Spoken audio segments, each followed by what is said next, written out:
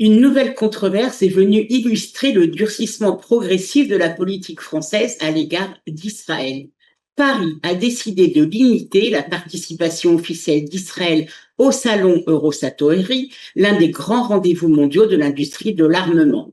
Alors concrètement, Israël ne sera pas absent, mais relégué au second plan.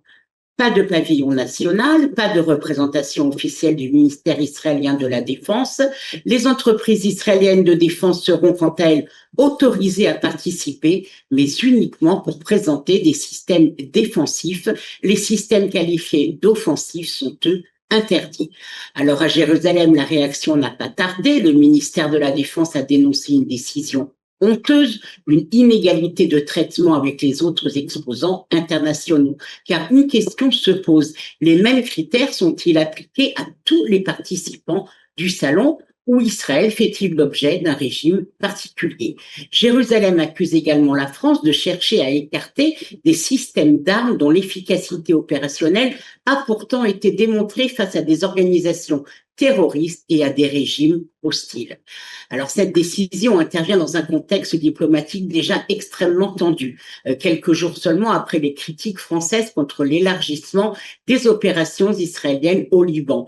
Le ministre français des Affaires étrangères, Jean-Noël Barrot, a affirmé que, je cite, « rien ne peut justifier la prolongation des opérations militaires israéliennes au Liban », pas même apparemment, selon le ministre, les tirs incessants du Hezbollah qui ont fait 15 victimes, dont 14 soldats, et contraint des milliers d'Israéliens à se confiner dans les abris, le tout alors qu'un cessez-le-feu est en vigueur.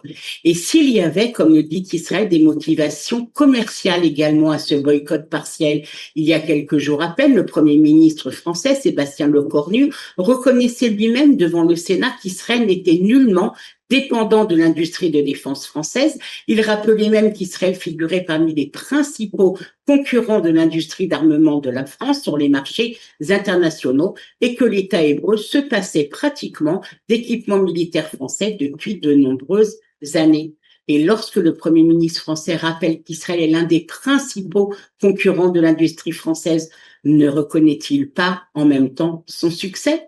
Alors, ce n'est pas la première fois que Paris agit de la sorte. En mai 2024, l'Élysée avait déjà demandé l'exclusion des entreprises israéliennes au salon Eurosatory, invoquant alors la guerre à Gaza. La décision avait provoqué une très vive polémique et entraîné plusieurs recours devant la justice. Les tribunaux avaient finalement conduit à un assouplissement partiel des restrictions.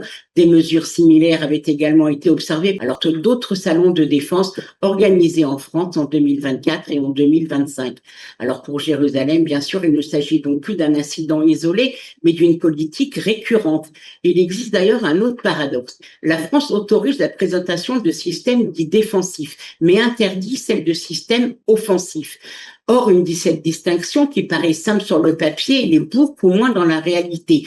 Dans l'industrie de défense moderne, les technologies sont souvent duales, les mêmes capteurs, les mêmes logiciels, les mêmes radars peuvent servir à protéger, à détecter, à intercepter ou à neutraliser une menace. La frontière est donc parfois moins technique que politique. Et puis, il y a une autre contradiction. Depuis la guerre en Ukraine, les dirigeants européens répètent que l'Europe doit renforcer ses capacités militaires, investir davantage dans sa défense et réduire ses dépendances stratégiques. Dans le même temps, la France limite la visibilité de l'un des pays les plus innovants au monde dans les domaines de la défense aérienne, des drones, de la guerre électronique, du renseignement et de la protection des infrastructures sensibles. Autre paradoxe difficile à ignorer, les systèmes israéliens sont achetés, étudiés, utilisés dans de nombreux pays. Leur efficacité opérationnelle est régulièrement saluée et les chiffres parlent d'eux-mêmes.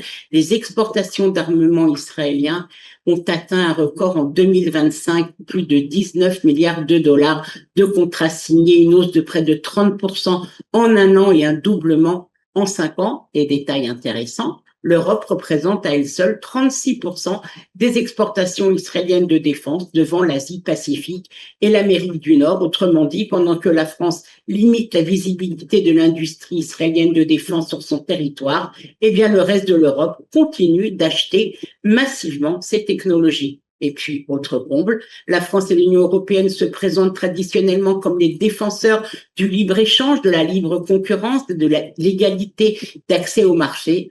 Or, dans cette affaire, Israël est précisément confronté à l'inverse. Alors, ce boycott partiel raconte quelque chose de l'évolution de l'attitude française à l'égard d'Israël. Il ne s'agit plus seulement d'un désaccord avec la politique israélienne, mais d'une tentative progressive de repousser Israël vers les marges, de le rendre moins visible dans certains forums internationaux, sans toutefois rompre les relations. Alors, moins visible peut-être, moins performant et moins convoité, certainement pas.